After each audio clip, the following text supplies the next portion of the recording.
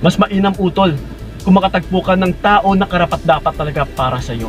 Dahil dyan mo talaga mararamdaman yung tunay at saka masayang relasyon.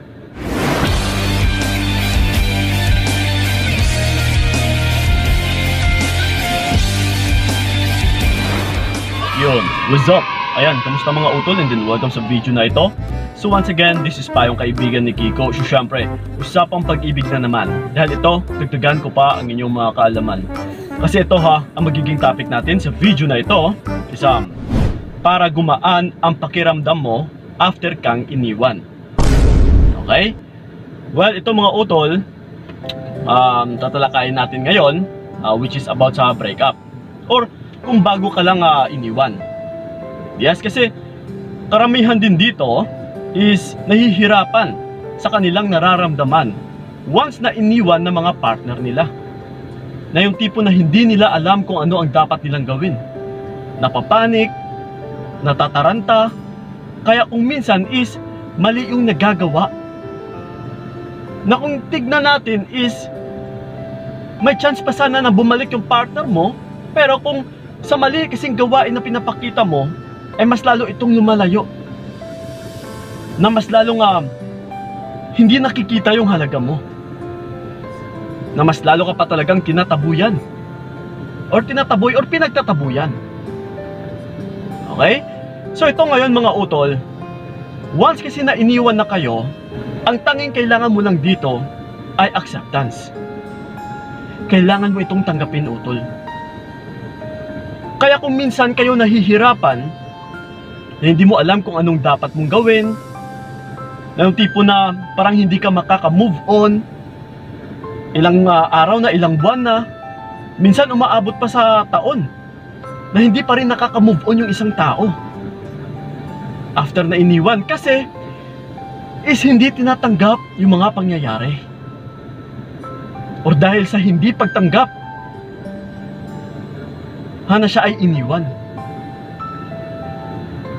Kasi ito mga utol, sa larangan ng pag-iibigan or sa relationship man na tinatawag, ay hindi natin pwedeng sabihin na kung ano talaga yung gusto nating mangyari ay matutupad. Matagal ko na rin itong pinapayo na once na pumapasok tayo sa isang relasyon, yung kabilang paa nito ay nasa kabilang hukay. Kasi yung relationship kasi na tinatawag ay walang kasiguraduhan eh. Kahit na maikasal pa nga kayo, hindi mo alam kung saan yung patutunguhan.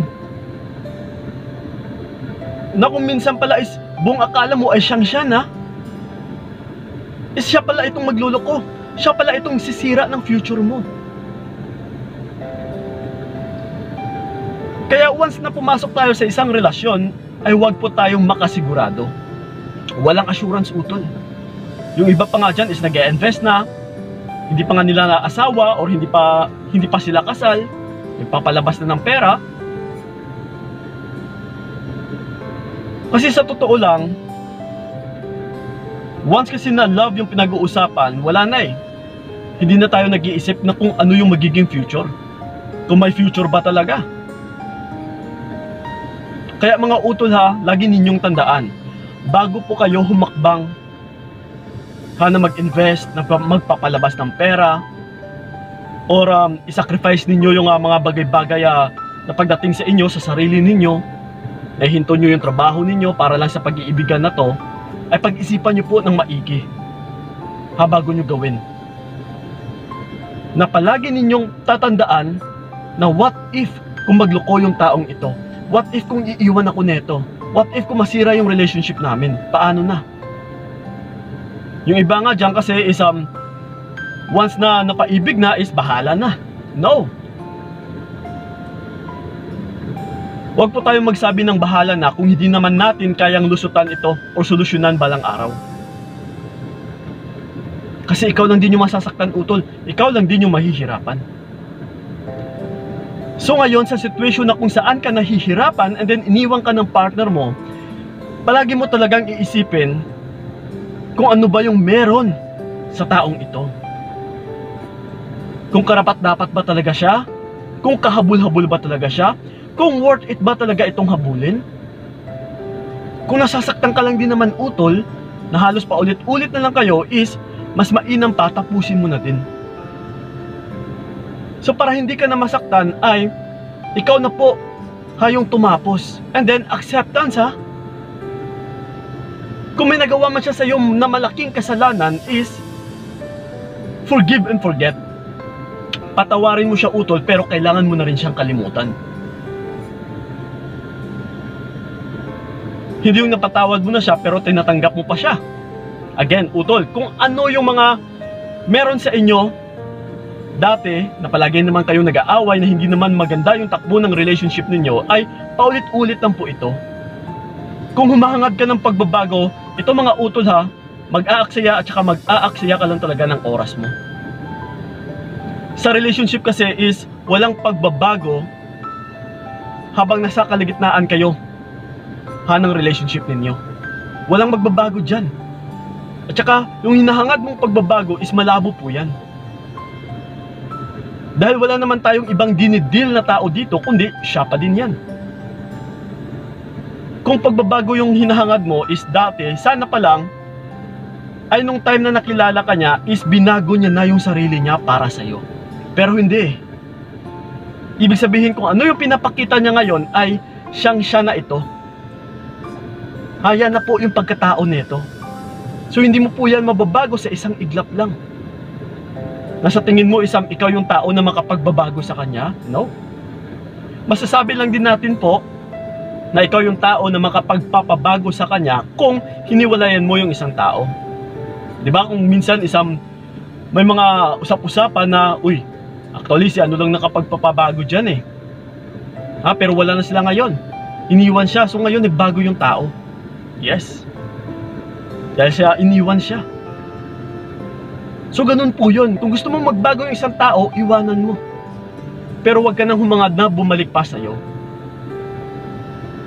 Dahil sa pagpanumbalik, alam nyo ba mga utol, is malabong-malabo na po na maibalik pa yung dating kayo kung ano yung meron sa inyo. Yes, hindi na po yan na mauulit. Yes po.